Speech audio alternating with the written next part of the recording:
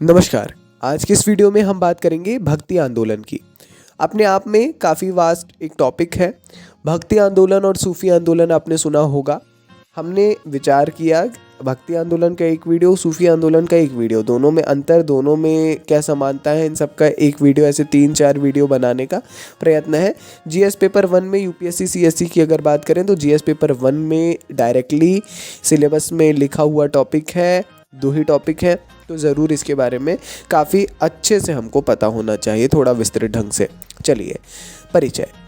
चूँकि भक्ति आंदोलन ये जो है काफ़ी मतलब अपने आप में ही सूफी से भी भक्ति, मैं सही ज़्यादा मानता हूँ उसको, सही मतलब मार्किंग स्कीम वगैरह में।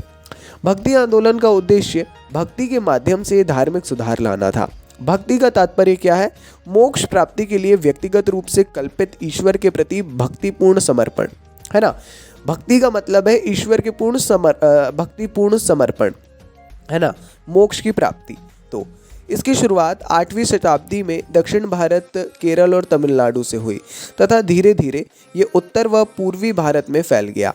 इसकी शुरुआत 8वीं शताब्दी में दक्षिण भारत में हुई थी, ठीक है, हमने जैसा बताया। चूँकि ये आंदोलन 15वीं से 17वीं शताब्दी के दौरान चरम पर था, जिसमें भक्ति रचनाओं के गायन साथ ही कीर्तन पर महत्व दिया था। अगर आप थंबनेल की भी फोटो देखेंगे उसमें भी मतलब कीर्तन को बहुत ज़्यादा प्रचारित किया, है ना। तो 15वीं से 17वीं शताब्दी में एकदम चरम पर था ये आंदोलन। 8वीं शताब्दी में दक्षिण भारत से, केरल और तमिलनाडु से, विशेष तौर पर जो वर्तमान राज्य है वहाँ से शुरू हुआ, है ना। धीरे धीरे उत्तर व पूर्व में ये फैला और 15वीं और 17वीं शताब्दी में आ चुका था और व्यापक स्तर पर था पूरे देश में। उदय के कारक क्या थे? आखिर इसकी शुरुआत हुई कैसे, क्यों हुई, क्या कारण बने? भक्ति ने जाति व्यवस्था और अस्पृश्यता जैसी बुराइयों को चुनौती दी थी तथा सभी के लिए समावेशिता को बढ़ावा दिया। तुर्कों की विजय से पहले, है ना, तुर्क आप जानते होंगे, इनकी विजय से पहले उत्तरी भारत में राजपूत ब्राह्मण गठबंधन का शासन था। तुर्की विजय के बाद या उसने जो है मंदिर संपदा और राज्य संरक्षण को समाप्त करके ब्राह्मणवादी शक्ति को क्षीण कर दिया। ब्राह्मण प्रभाव में कमी ने नाथपंथी और भक्ति आंदोलन जैसे गैर अनुवर्ती आंदोलनों के लिए मार्ग प्रशस्त किया। भाई, प्रभाव में कमी आई तो इनका मार्ग प्रशस्त हुआ क्योंकि कम दिखाई देने लग गया। भक्ति संतों ने सामंती उत्पीड़न के प्रति आम लोगों की पीड़ाओं को व्यक्त किया। हालांकि ये तो सामंतवाद को सीधे चुनौती नहीं दी थी, है ना, इन्होंने, मगर ठीक था। उनकी शिक्षाओं के धार्मिक समानता को महत्व देते हुए, है ना, उनकी जो शिक्षाएं हैं उन्होंने धार्मिक समानता को महत्व देते हुए पारंपरिक ब्राह्मण पदानुक्रम से असंतुष्ट निम्न जाति समूहों और कारीगरों को आकर्षित किया। भक्ति ने सबसे पहले तो सबसे मेन जो चीज़ है अस्पृश्यता जैसी बुराइयों और ये जो जाति व्यवस्था है इसको सीधे तौर पर चुनौती दी थी, इसको सीधे तौर पर ख़त्म करने की बात कही थी, है ना। भक्ति में तो सभी को कहीं ना कहीं भगवान का अंश ही माना गया है और उसने एक बहुत इंपॉर्टेंट रोल प्ले किया इसके उदय, उसके और विकास में। चलिए, विकास की बात हो ही रही है तो थोड़ा सा जान ही लेते हैं। भक्ति परंपराएं समावेशी थी जिसमें महिलाओं और निम्न जातियों के लोगों को शामिल किया गया था, है ना। हाँ, महिलाओं के साथ भी यही चीज़ थी। भक्ति परंपरा की 2 मुख्य धाराएं विकसित हुई। सगुण भक्ति जो शिव और विष्णु जैसे गुणों वाले देवताओं की पूजा थी और निर्गुण भक्ति जो निराकार ईश्वर की पूजा थी। तमिलनाडु में आलवार और नयनार प्रमुख भक्ति संत के रूप में उभरे, है ना। आलवार ये विष्णु के भक्त थे जिनमें प्रसिद्ध महिला संत अंडाल भी शामिल है।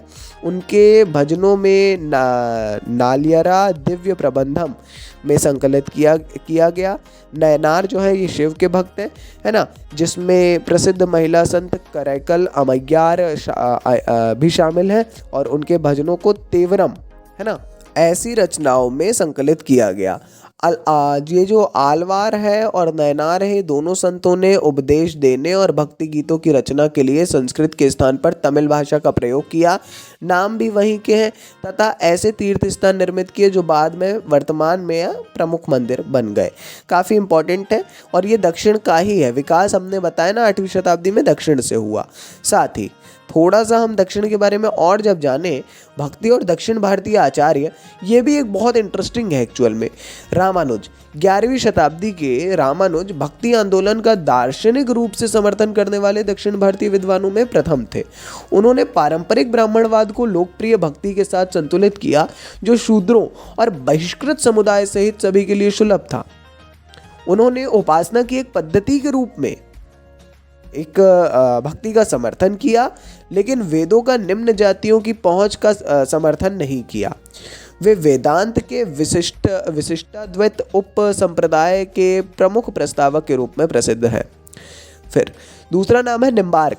निम्बार्क रामानुज के समकालीन एक तेलुगु ब्राह्मण थे। उन्होंने कृष्ण और राधा की भक्ति को जो है महत्व दिया, काफ़ी ज़रूरी है। फिर है माधव, 13वीं शताब्दी। उन्होंने भी शूद्रों द्वारा वैदिक अध्ययन पर रूढ़िवादी ब्राह्मणवादी प्रतिबंध का विरोध नहीं किया, तथा उनका मानना था कि भक्ति शूद्रों को पूजा का एक वैकल्पिक मार्ग प्रदान करती है ना। तो जो है प्रतिबंध का विरोध नहीं किया था, मगर फिर भी ठीक है। उनकी दार्शनिक प्रणाली भागवत पुराण पर आधारित रही। किसकी? माधव, जो नाम है ना माधव की, इनकी।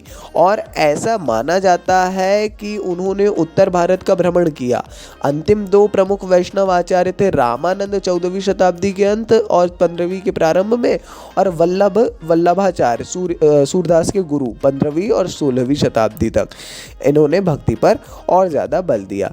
इनको जो है दक्षिण भारत का माफ़ कीजिए अंतिम जो वो माना जाता है दो प्रमुख आचार्य। अब थोड़ा सा उत्तर भारत के बारे में जान लेना भी काफ़ी आवश्यक है। 13वीं से 15वीं शताब्दी तक उत्तर और पूर्वी भारत में सामाजिक धार्मिक आंदोलन का विस्तार हुआ, जिनमें भक्ति एवं धार्मिक समानता पर महत्व दिया गया। तुकाराम, संत तुकाराम 1598 से 1649 मध्य भारत में एक प्रमुख भक्ति संत थे, जो कृष्ण की पूजा विठोबा के रूप में करते थे। आपने ज़रूर सुना होगा। अगेन वल्लभाचार्य 1479 से 1531, इन्होंने मथुरा क्षेत्र में कृष्ण भक्ति को लोकप्रिय बनाया, जो कृष्ण भक्ति का एक महत्वपूर्ण केंद्र बन पाया।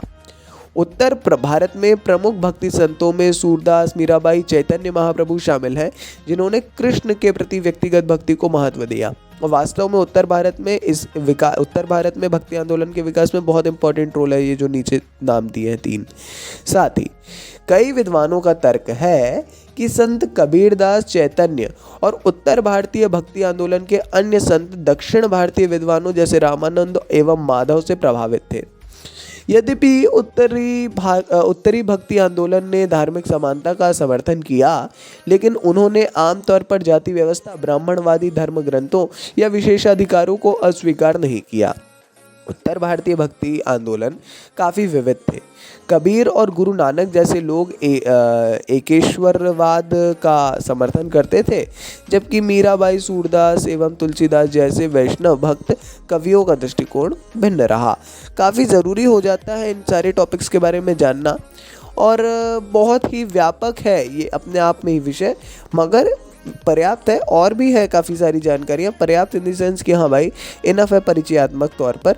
बाकी हाँ, अच्छा लगा हो अगर वीडियो तो प्लीज़ लाइक करिए। कोई फीडबैक हो वीडियो से रिलेटेड, कोई सजेशन हो, कोई नए सजेशंस हो, प्लीज़ दीजिए। बाकी अपन मिलेंगे अगली वीडियो में। अगर वीडियो अच्छा लगा हो तो लाइक कर सकते हैं, चैनल पर नए तो सब्सक्राइब करिए। नमस्कार, डायनामिक इम्पल्शन।